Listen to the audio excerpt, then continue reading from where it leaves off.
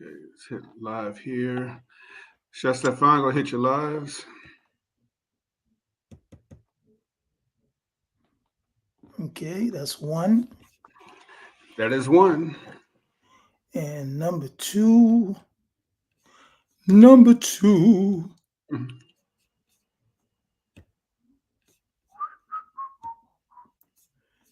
and number two. That's number two. Ready to go, my Okay, friend? we All are right. we are All ready to right. rock and roll. All Yeah. right. So here we are, 9:10 on the pre-debate episode of Roots, Heart, and And so, Roots Heart Soul podcast on Heritage Radio Network. It's really just a great Tuesday to be alive, to be sitting here with one of the great spirit masters, we would say, a gatekeeper. And sometimes when we say gatekeeper, that's used in a negative way. But, Yeah. yeah, yeah. gatekeepers is a positive thing when you hold the keys to so many great brands and great lives and great spirits and representing the culture so well. And I think gatekeeper can be a very positive thing, especially when you are open to opening the doors and Right. and connecting others Right. with your own connections. So I Right. think I think we need to use gatekeeper as a positive Yeah. connotation instead of a Yeah. negative one. Yeah. Okay. I take that. So on this episode, Roots, Heart, and Soul, welcome Lazara Favors out of Detroit to Roots, Heart, Soul podcast on Heritage Radio Network. Welcome, my friend. What up, though? That's how we greet here in Detroit. Appreciate y'all having me. I'm excited. Thank you for the. I take the gatekeeper positive because it takes someone to open up a door in a gate. It takes a key, so I'll be the key and I'll be the person opening the door for whomever is in the spirits world and wants to get into the spirits game. So I will be that key. That's I beautiful. appreciate that. That's good. We Chef love that. Stefan, please do the honors, my friend. Woo! Ladies and gentlemen, we have the real pleasure of welcoming Mr. Lazar Favors to the stage of Roots, Art, and Soul podcast. Wonderful gentleman. I had the pleasure of talking to him on the phone prior to recording. He gave me a call. We spoke about a lot of things, and we're excited for this conversation. So Yeah. Lazar, What based up? in Detroit, Michigan, Yeah. his started his entrepreneurial endeavors at a very early age. He owned and operated and developed businesses in the entertainment and fashion industry for over 20 years. Lazar is the owner of Mr. Favors Concierge Service, who provides up and coming entrepreneurs with valuable knowledge, resources, and step by step assistance leading to starting a business. In 2021, he established Black Spirits Legacy and organized the Taste of Black Spirits and Liquid Forum exhibition conference. Through his leadership, Black Spirit Legacy is a brand building and marketing management company that provides opportunities for distribution, securing capital, and building relationships for Black owned spirits companies. Yeah. Wow. Wow. That, that is, You went back to the Mr. Favors concierge, huh? listen, man, I do my You homework. surprised me with that one. I do my homework. Hey, You we know, try to justify these great beards that all of us had. I had to keep mine cut off, Like Right. we're trying to justify you with this know, braid that we're walking around here on, we, we on do our RHS homework, man. podcast, We do our homework. Yeah. So, Lazard, here's for me the big question. Yes, sir. We're really seeing, I wouldn't say a resurgence, but a surging, Yeah. a beautiful surging of Black owned spirits in America today. Yeah. When do you think that movement started? Would you say that movement started, and why has it become so solidified today to hmm where we're seeing a brand like Uncle Nearest, hmm who's been valued at over $1 billion? hmm I think thank you for that, first of all. Thank you for that introduction. I think the way the spirit business is today, like and being in it and even working with Uncle Nearest when they first started in 2018 here in Michigan, I think we are realizing the power of the Black hand. Right? You think about all the brands that we have assisted in their legacy building and growing that didn't belong to African Americans, right? First, Uncle Nearest is probably the first person we heard of out loud that had a major push behind it. But prior to Uncle Nearest, you had folks like Jackie Summers, which is this person behind me. You had people like Vanessa Braxton. These people are alive. Vanessa Braxton, Ken Wyatt, Mishka Vaca out of Pennsylvania. So these folks, was it I can't think of, it's out of California, but anyway, so we have all these folks that existed, but they didn't have any awareness programming, right? So when Uncle Nearest stepped to the forefront, Uncle Nearest basically pushed the door open so you can see us, right? Wow. It pushed it allowed us to come in and behind them. It's like running. It's like now the football players come running out the locker room. Tunnel, That's right? what it, right. That's what it looks like. So once Uncle Nearest pushed it out and made it safe to be in the space and then show yourself and what we've created and what we've created years and years and years and years ago, right? You think about the Uncle Nearest story, that's from 1800s, right? 1800s, we've been doing this craft. So I think the popularity is just what is making sense because the availability to do it, number one, right? The fear of not doing it is leaving us. And then you factor in COVID where folks had to shift and create something. They're like, oh, what I'm gonna do? Well, hey, I like vodka, let me create a vodka. Or I like whiskey, let me create a whiskey.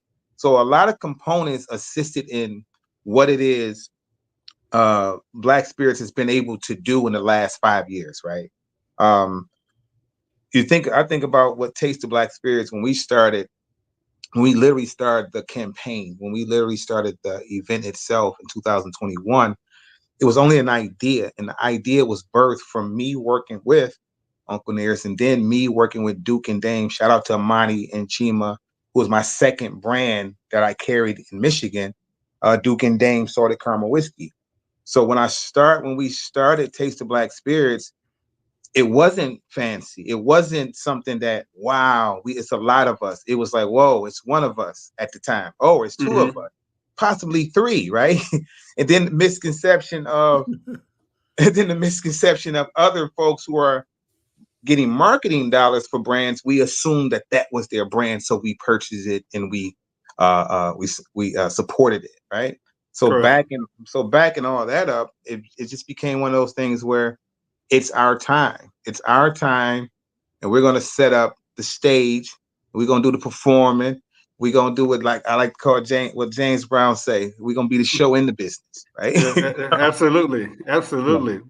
I mean, it's really great, to hear about it from that standpoint, because you talked about it in not only a sense of culture, but you talked about a sense of economics, as well, where we've seen, in hip hop culture and things like that, where they were talking about brands, the great, Ace of Spades champagne, this and that. And then all of a sudden we saw this twist and where people start talking about, well, hey, I got my own whiskey. I got my own this, even if it's a licensing deal of name, we still saw that.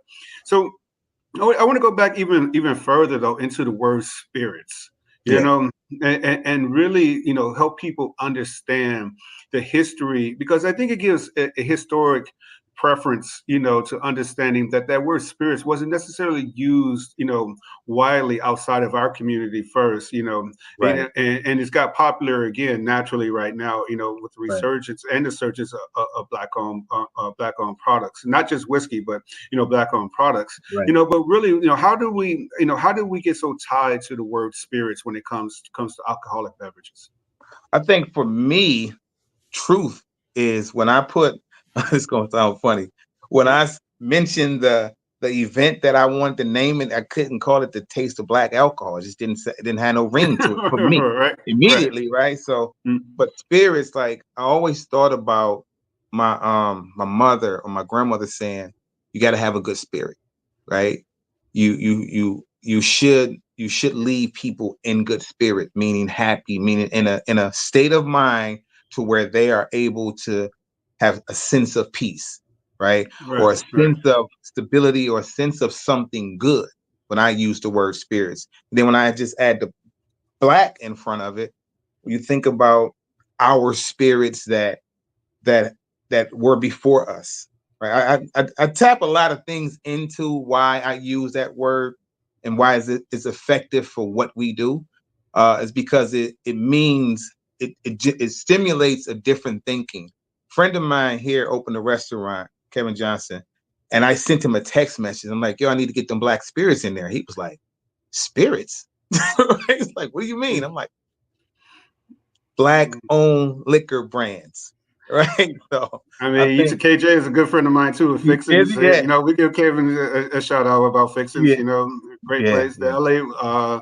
LA one is bunkers. I mean, you go in I, there, it's crazy. I So was reading about the story of fixing Yeah, with Kevin Johnson, and I was like, man, we got to get this guy on the podcast and yeah, yeah, and look at well, let which me just say, conversation look at the let me say conversation that we're having right now. I yeah. mean, he's opening business like he's on a fast break too now. Man, ain't it? He Out of right? Phoenix Sun.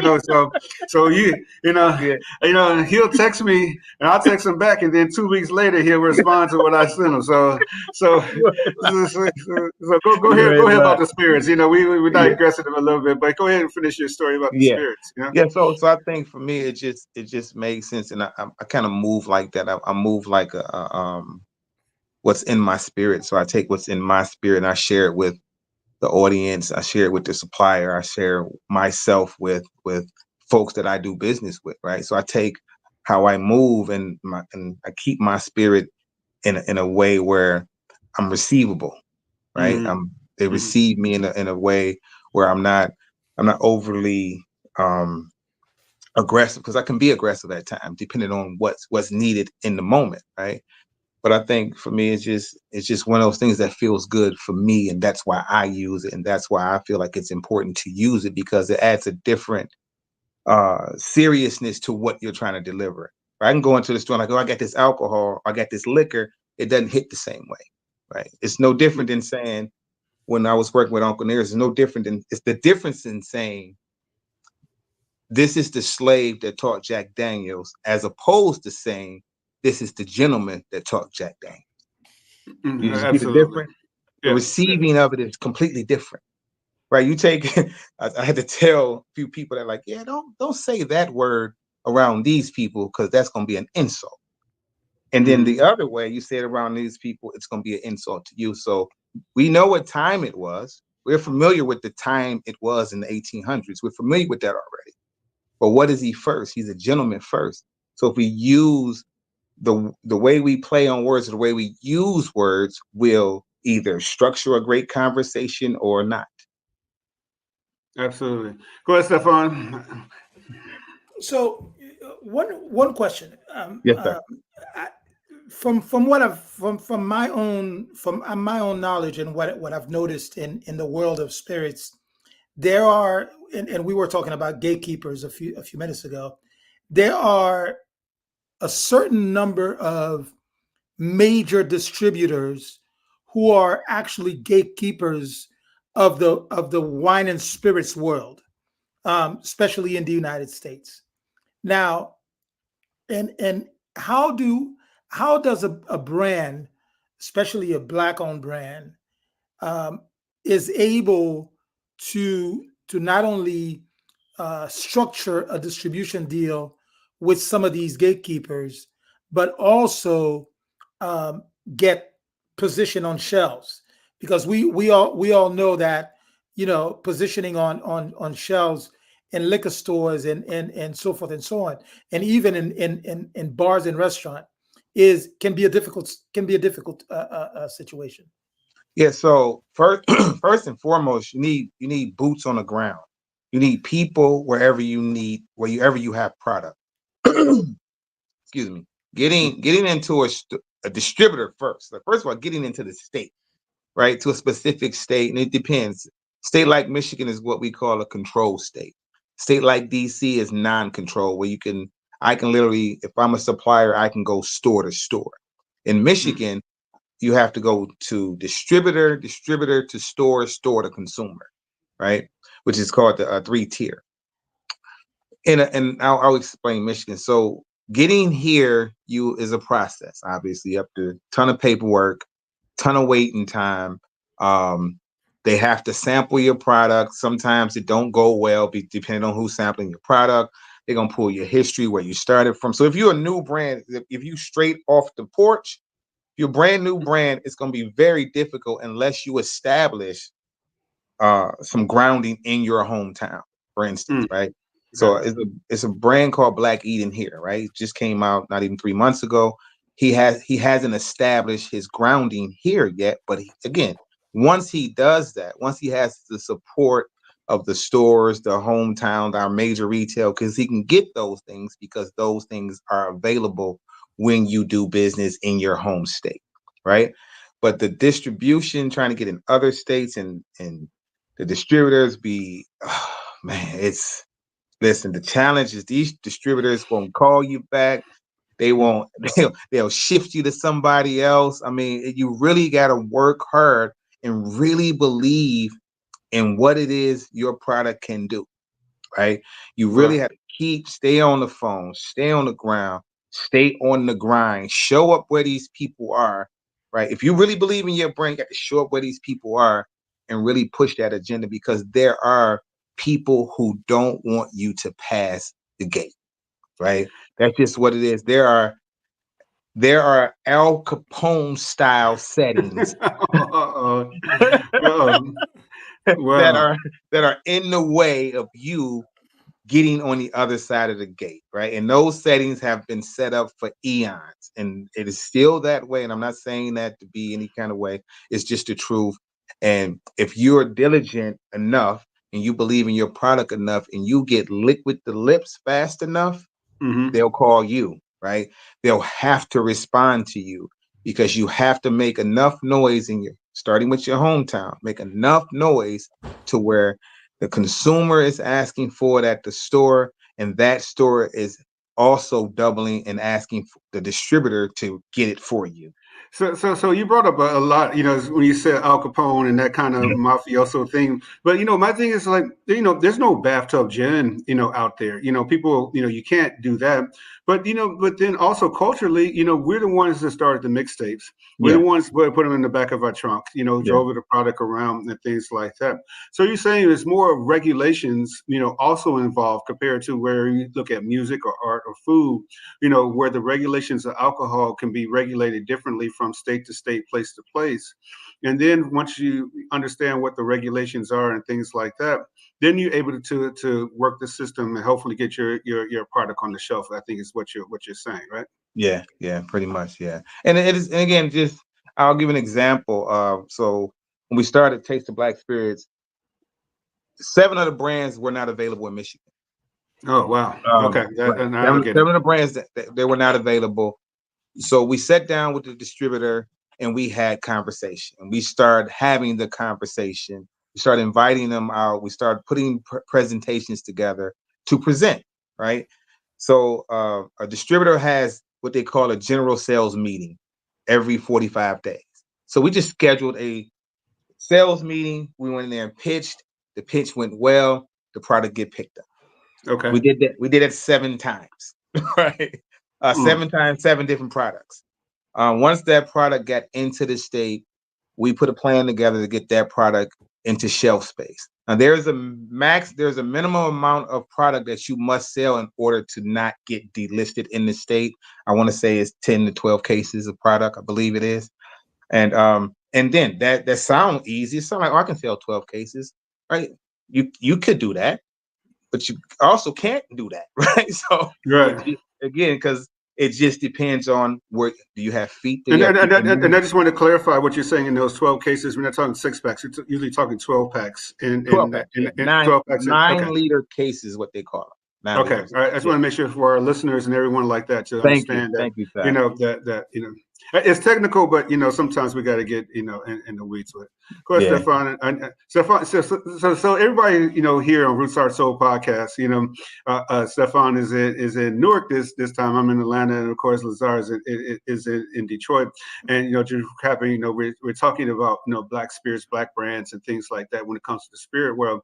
And Stephan, like when he had the opportunity to talk to you, his list of you've seen the list of I think it was one Family Matters episode when they had a whole no it was Sanford and Son where Fred was in the hospital and Lamont's like, okay, when you get out of here, you got this long laundry list of things you're gonna have to do.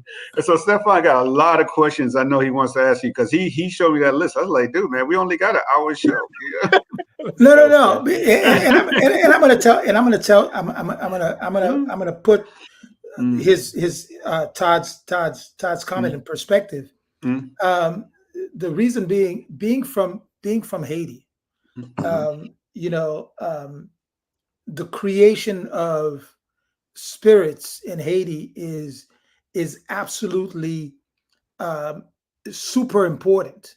It is super important because Haiti was the leading sugarcane producer in the West Indies for a very, very long time. There are 65 agricole rum distilleries in Haiti alone. This is more than anywhere in the Caribbean. Even though Puerto Rican rum has taken off to becoming a mega product, but when you talk about the beautiful spirits that come out of Haiti, and especially Barbacoa, who has won awards after awards after awards in the rum world, being named one of the best rums in the Caribbean. So the spirit world very much interests me. And as a matter of fact, one of the things that I hope that I get to do eventually is to do a documentary about the production of agricole rum in Haiti. So, and it's to tell you, and one of the things that I love to do is to pair rum specifically, but alcohol with my cooking. So there was not too long ago, I connected with a gentleman and became his brand ambassador. He was trying to make vodka out of a product called malanga, or what you would call a taro root. And he was able to make that happen. Unfortunately, with the political instability in Haiti, he had to stop. So now he's in Ghana. He's in Rwanda trying to do the same thing, because Rwanda is the number one producer of taro root in the world. But beautiful vodka, smooth to the palate. You could drink about vodka. He's you over some could drink a spirits, but whole bottle. I'm the only one here with a drink on here. Like, Yeah, I knew that was coming. What's really going on? You could drink. And now I'm also seeing another vodka coming out of the Caribbean that is being made with breadfruit. And they were doing a Kickstarter fundraiser. They made $1 million recently. They raised $1 million. Yeah. I can't think of the name of it, but I saw that vodka. Yeah. But that's gonna they raised $1 million quick. Like, it didn't take long at all. That's gonna be a beautiful project. Yeah. I think so. So we hope to being able to connect with them. Now, let me ask a very specific question. Yes, sir.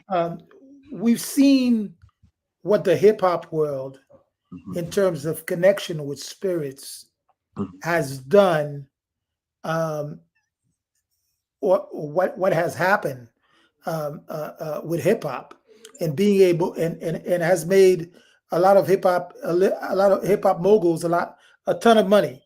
Now, are these Black-owned spirits, or are they licensing or both? Or both?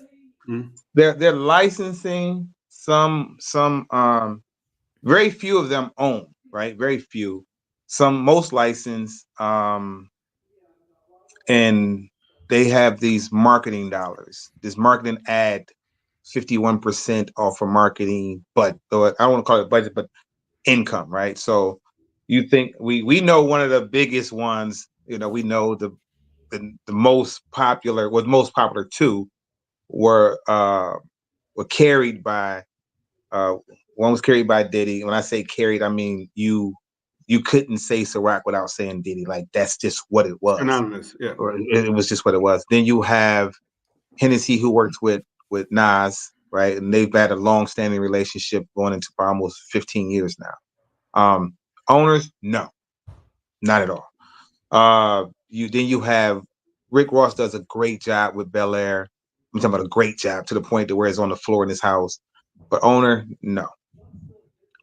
Gets paid handsomely. Those guys used to get paid handsomely. Well, Diddy got paid handsomely, but the other guys get paid handsomely.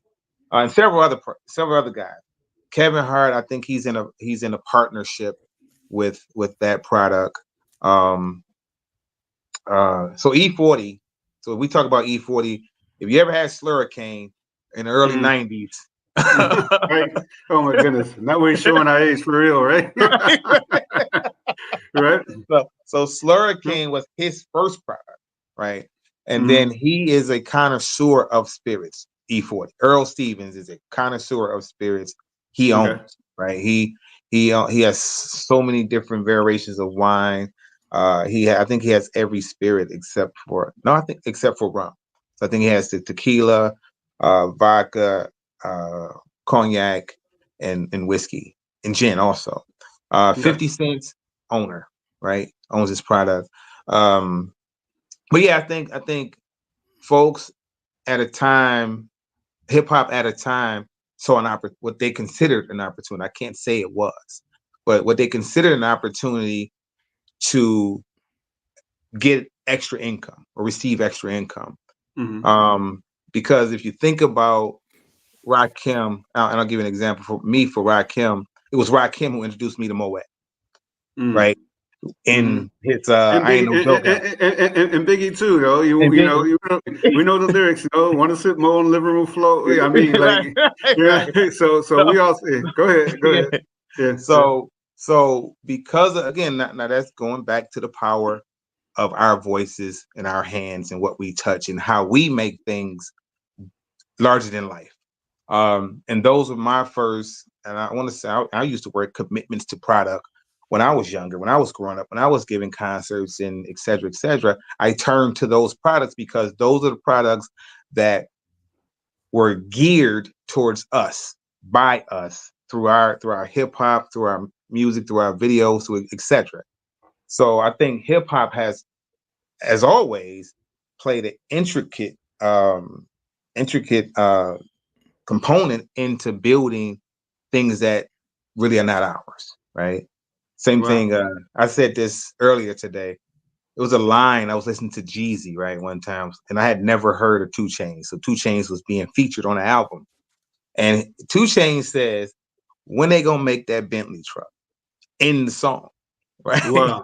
Right. Bentley truck had never existed ever, right? Not even thought about, right? What even thought about? 2 years later, they made 2,500. They wrote off 2,500 of them, and over 1,000 of them, Black people bought. Attached to the line, directly attached to that line. I'm part of a little liquor for that, but even and I'm showing my 50-year-old self here, growing up, watching, television, and you see Ashford and Simpson, for Golden Champagne, I mean, like with malt liquor, like, but as a kid, like, this is champagne, like, but it's champagne, it's malt liquor, but those market Billy D. Williams, there with that kind of branding and everything like that. We're 30 minutes after the hour here, Roots Heart Soul podcast. Todd Richards here, Chef Stephan, Lazar Favors. We want to just give a great shout out to Heritage Radio Network.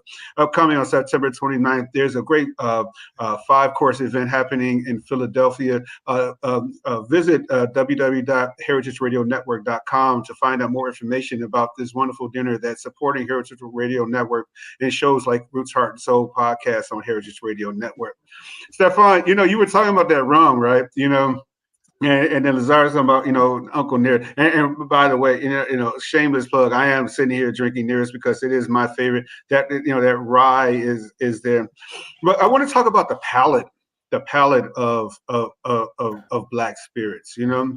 Where sometimes we get, as chefs, we get pigeonholed in a lot of things.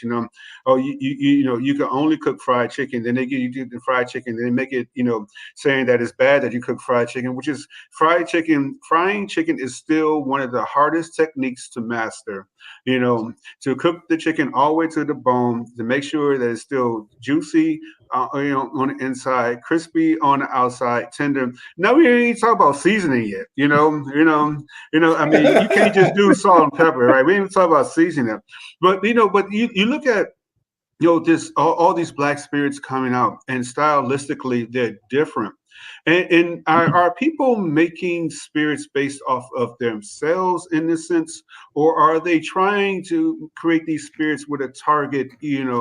Are they formulating recipes, based on a target or availability? We're just trying to get to the understanding of how people can think about, if they want to do this, how to craft their own spirit. Well, that's an excellent question, because I think all those answers are correct. People are creating a product based on the lifestyle that they have or want to have. People have for instance, like Sorrel. This again, like Sorrel, it's been in his family over 120 years. The recipe for Sorrel, and he created that because it was handed down, and he just added a liquor component to it. And so yeah, he does it for that reason. You have smaller brands that, for instance, you got Duke and Dame, who has a flavor profile of salted caramel, right? So salted caramel does very good, again, as you mentioned, cooking with. So you can cook with that, or basically bake with it, I would say. And even let's go with Uncle Nearest. We did some years ago. We did some barbecue sauce with the 1856, and it was great. So some of those, some brands are created with a multi-purpose thought behind it, and then some of them are just like, hey, I want to be like my favorite rapper. I'm gonna have me a drink and it's gonna be mine. Right. or some are very into whiskey, or very into the scents, the barrel, where it comes from, the notes. Like, you have connoisseurs who are really serious about most of those things are with whiskey, right? Because whiskey is one of those complex things. Like, everybody wants to, not everybody, but you have those folks and those men and women who really understand those flavors within it and really understand how to pair it. And I'm sure, and I'm not jumping into your lane, but I'm sure that y'all know or have witnessed or have experienced that, how within the last 10 years, how important cooking with spirits has become a larger thing than over 15, 20 years ago, right? I would agree with that, in the sense that the pairings have been even more present. And I think the pairings have been more present in our places, that we frequent, Black and brown, and I think brown does a little bit more in the sense of tequila and tacos and, and things like that. And now we're finding our way into that conversation. But, Stephan's background, being Haiti and the Caribbean in itself, has always led the way, and doing that. You can't, I mean, why is Red Stripe so popular? Because it goes great with damn jerk chicken. I mean, like, you can't have them. Right. You cannot deny that. You cannot understand the complexity of Haitian, food without understanding rum. And why pickles is so important, in my opinion, as an American who just now understanding pickles through Stephan's teachings, that, pickles needs rum. It needs that balance, a balance to the acidity. Go ahead, Stephan. So, we're gonna jump into something really important, because I think what you've created with the Taste of Black Spirits is extremely important Thank you. because creating a platform that enables Black and brown brands not only to get visibility, but to get opportunities to come in front of a large number of people. Now we were having the conversation the other day with one of the top Black mixologists, Oh, Tiffany. bartenders, Yeah. Tiffany Barriere, um, who was talking about how when she went to Tales of the uh, Cocktail. Tales of the Hmm. Cocktail, she Hmm. was the only she at the Hmm. beginning she was the only Black person being there, and I'm guessing there probably wasn't any black owned brand either at Tales of the Cocktail, Yeah. and there's probably there's still very little Black owned brand at an Yeah. event such as grandiose as Yeah. Tales of the Cocktail, because it In, offers in in New Orleans, let's quantify it too. In New Yeah. Orleans as in well. New Orleans. Right. So, Yeah. yeah. So when an event like Taste of Black Spirits comes along, it creates it sort of brings back a little bit of balance, and the disparity starts to start the glimmer of disparity starts to go away. So tell us more about the vision of this project. Tell us about why this project was created, and then of course where is it, where are you going with it? Thank you for that, Stephanie. That's a great question. I love the question. So to jump from Tales of the Cocktail. So last year, Jackie Summers put on a I want to say a condo with it was all Black everything, right? So he invited Mhm. like 7 Black owned brands. That's the first time that ever happened. That was last year. He attempted to do it this year. I don't think it was a lot of interest in it, but he still, he still showed up and showed out. I think when we think about what we give our energy to, turn it to Taste the Black Spirits, because not only is it for us, and I will use this from Fubu, shout out, by For us, us, by but us, it yes. makes sense for us, right? We get to be in the room with over 100 African American owned spirit brands that we were unfamiliar with at Mm. some point. Mm. And I mean 150, 100, 150. It's 490 total available in the market, the US market.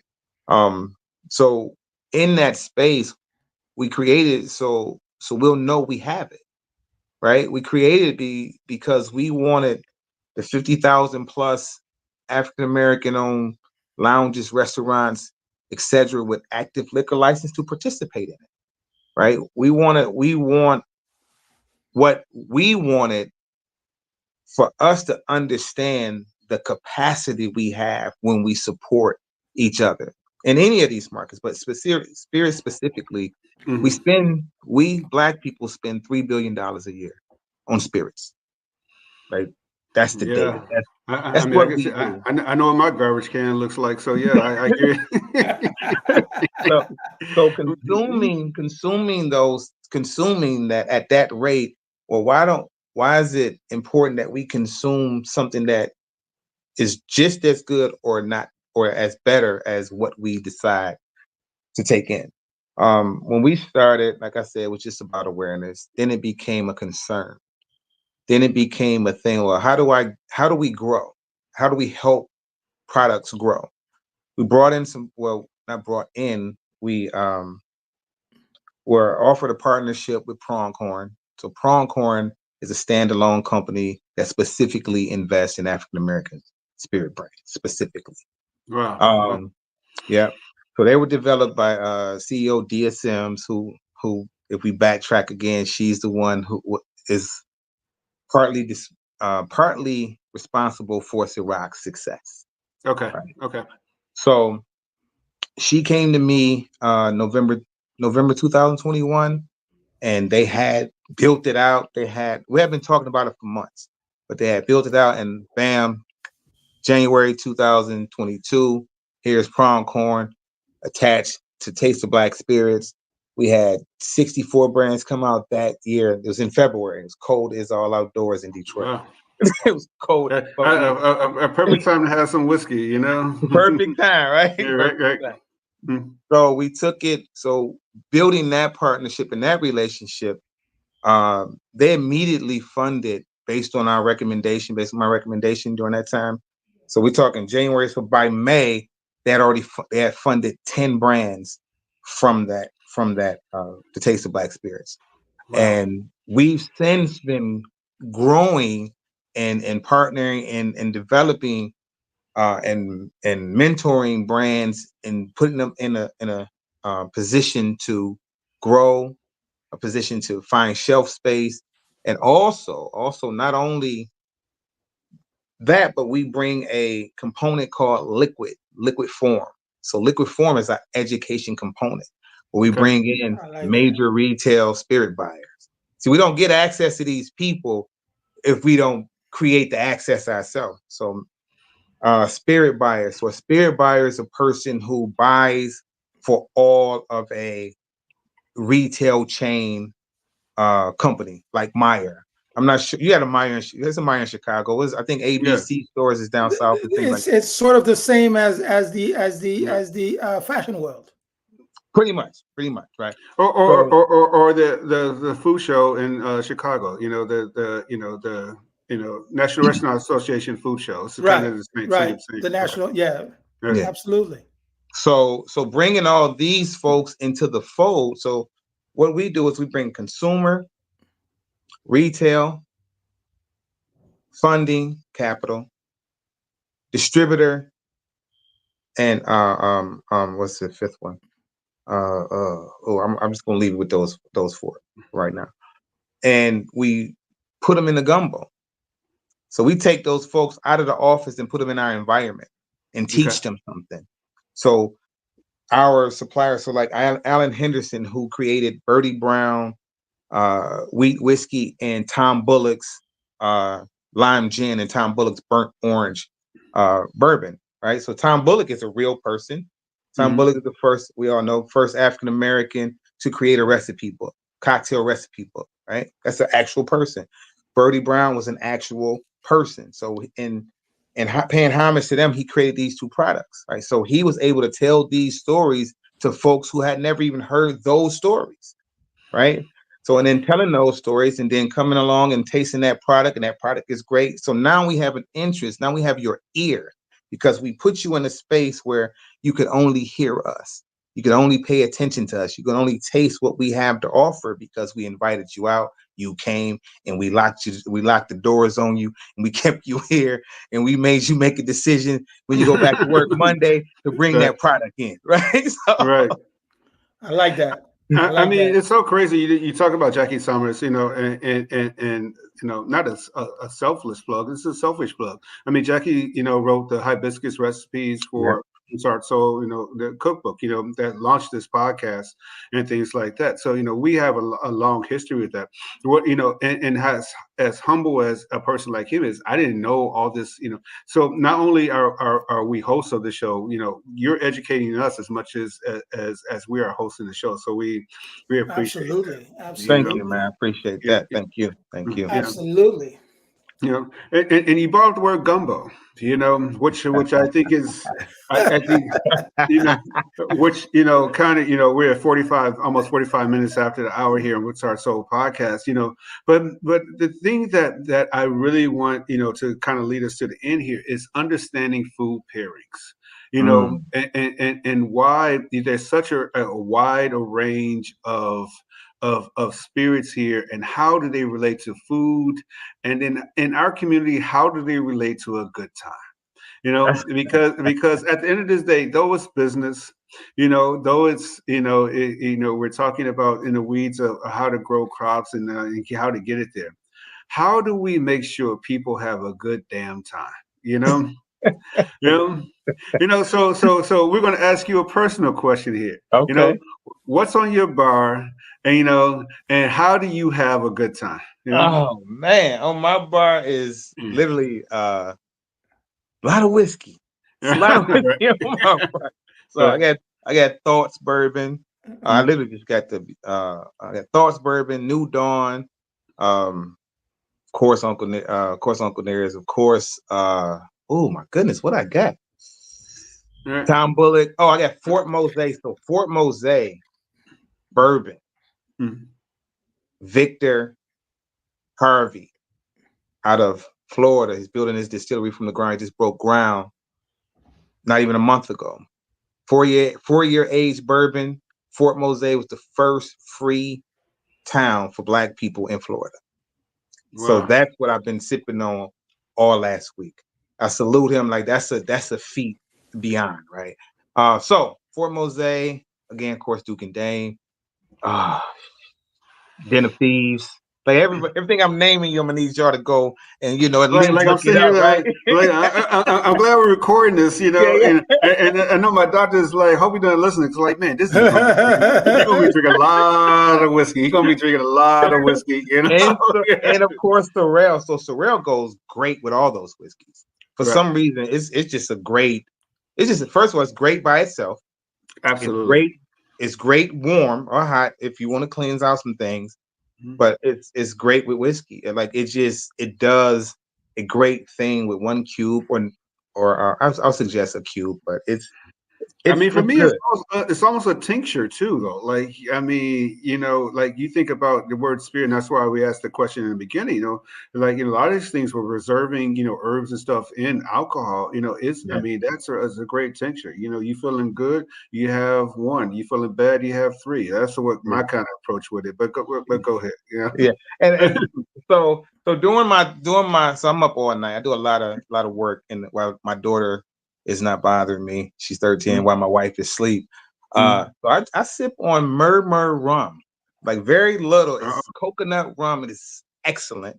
Coconut rum. Oh my goodness. Coconut rum is excellent. Like, I say, whoa, what is this? So I'll take a couple of shots of that about 2:00 in the morning while I'm up work. It doesn't get me, high or anything, but it just feels good. It feels good. You said coconut rum, thinking rice and peas. Go ahead, Stephan. We can go on all day. Hopefully, I get to introduce you to a rum called Bookman. I don't know if you've heard of it. In a blue bottle. Yes. I got that from Happy Court. It was part of my first taste of Black spirits. Yes, and the creator of Bookman is the grandson of the original producers of Bamako in Haiti. Wow. Talking about 1800s as well. Yeah. Okay. And he's one of the only master distillers and tasters in Haiti. He's an amazing gentleman.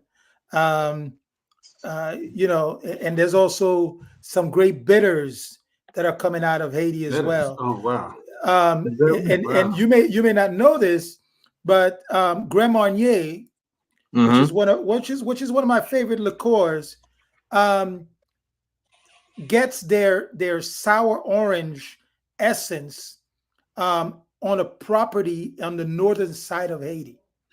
They actually own. Ooh, you just dropped some clue. I mean, like you just dropped. Right there. Oh my goodness! Because you may have. Ooh. Because the sour orange that is grown in Haiti specifically is unique in the world. Wow, Stephan, that's different there. You just dropped some, dude. Okay, all right. We might have to censor that one. No, I'm just cut that one out. Listen, I know you got a lot of stuff. I know you got a lot of stuff coming together. Yeah, man. I certainly want to connect you with some people on my own.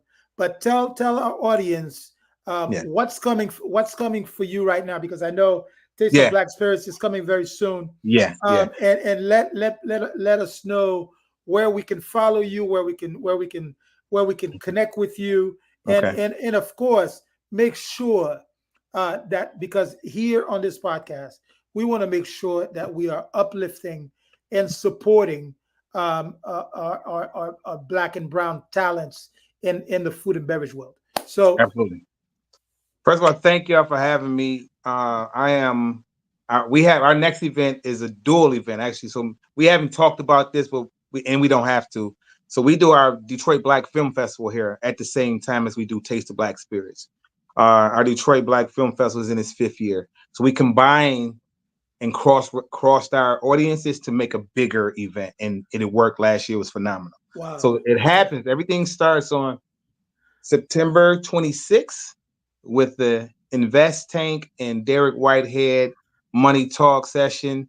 Then we have on the 27th, we have the Spirited Women and Supply Chain that includes Dawn O'Neill, who's a new distiller out in these streets, and she is phenomenal. She's hosting a workshop amongst many other things with Ursula Dunn. And then on the 28th is I like to call it the grand tasting, where you are able to sample over 150 African-American owned spirit brands, including whiskey, including tequila, lots of tequila. Tequila seems to be the thing these days, but vodka, rum, and you name it, wine. We have loyalty wine. We also have an appearance by Ronald Isley. All this happens again September 26th through the 29th in Detroit at the Downtown Doubletree Hotel. Tickets available on a Black-owned ticket platform called Event Noir. Event Noir. We know them very well. Yeah, that's Event Noir. You can get your tickets there. It's going to be a great weekend. It is in Detroit. You can follow us at Taste of Black Spirits on all platforms, including fan base. Right. Another one. Right. That's right. We everywhere. So, and I think it's going to be a great weekend. It's our 11th edition. When we leave Detroit, we head to Houston. We got a couple things lined up. In 2026, we'll be in Nigeria. So it's a lot going on. And we got a lot. And we're talking Taste of Black Spirits. But I would be so remiss not to be a little bit upset about what you just shouted out, because I didn't hear any chefs. I didn't hear any. Yes. Wait. Okay. All right. Let's let him clear it up. Let's let him clear it up. Let's give him an opportunity to clear it up. I have a 2-time champion chef that will be joining us. His name is Chef Buddha. They call him here in Michigan. They call him the vegan gumbo guy. Okay. And he is a 2-time champion for his collard greens. And he will be participating the entire weekend, along with Fixins and the chefs over at Fixins with yes, I know them well. Yeah, so I'm just gonna say, because we're almost wrapping up here. I'm just saying that go ahead, Stephan, because you're gonna say it better than me. I'm glad you brought this up, because it was sitting there on the tip of my tongue. Right, he said gumbo first, and then we got okay, go ahead. So we have to expand this beautiful event that you're having to include some Black and brown chefs in the mix that can bring the food and tie up the spirits together. So you gotta absorb that alcohol y'all drinking. I mean, come on, So you can't only leave it to Waffle House here in the South, or IHOP. We gotta. As you continue to develop this event, I am automatically naming us, Chef Todd Richards and I, as your culinary ambassadors, and we're going to work with you on making sure that wherever you are, we're connecting you with the right chefs. Absolutely. That are going to participate and be part of Taste of Black Spirits. And then, without a doubt, we got to have the conversation about bringing this event and the Black Cinema Festival to Atlanta. I mean, without a doubt. Yeah. All right, so we got to wrap it up here, because if not, we'll be here all night, and of course, the presidential debate is tonight, and it's very important for us to, and keep these ideas, But not only that though, we have to protect these ideas as well, because once they get out there, other people can do it, absolutely, things like that. So, Stephan, go ahead and close us out, my friend. So where do we follow you before we close out? Where do we follow you? So you can follow us. Taste of Black Spirits on Facebook, IG, fan base. I think we're on TikTok, but those three spaces where you can definitely follow us on those platforms. And then of course your own Taste the Black Instagram, Spirit. and then Taste the of Black course Spirit. your own Instagram, Lazar Legacy Liaison. Yes. So, ladies and gentlemen, it's been an exciting conversation Thank you. about everything spirits with the Grand Wizard Lazar Favors, who is brought us some golden information on the Black spirit world. It is amazing to see how Black spirits are coming to their own and taking their rightful place in the spirits world. Lazar, thank you for joining us. We want to thank you, our audience, for joining us. Please make sure that you follow us on Instagram at Roots, Heart, and Soul Podcast, podcast. And of course, make sure you subscribe to our YouTube channel, Roots, Heart, and Soul Podcast. And follow us, Chef Todd Richards, and at Chef Stephan.it on our personal Instagrams. We want to thank you for joining us.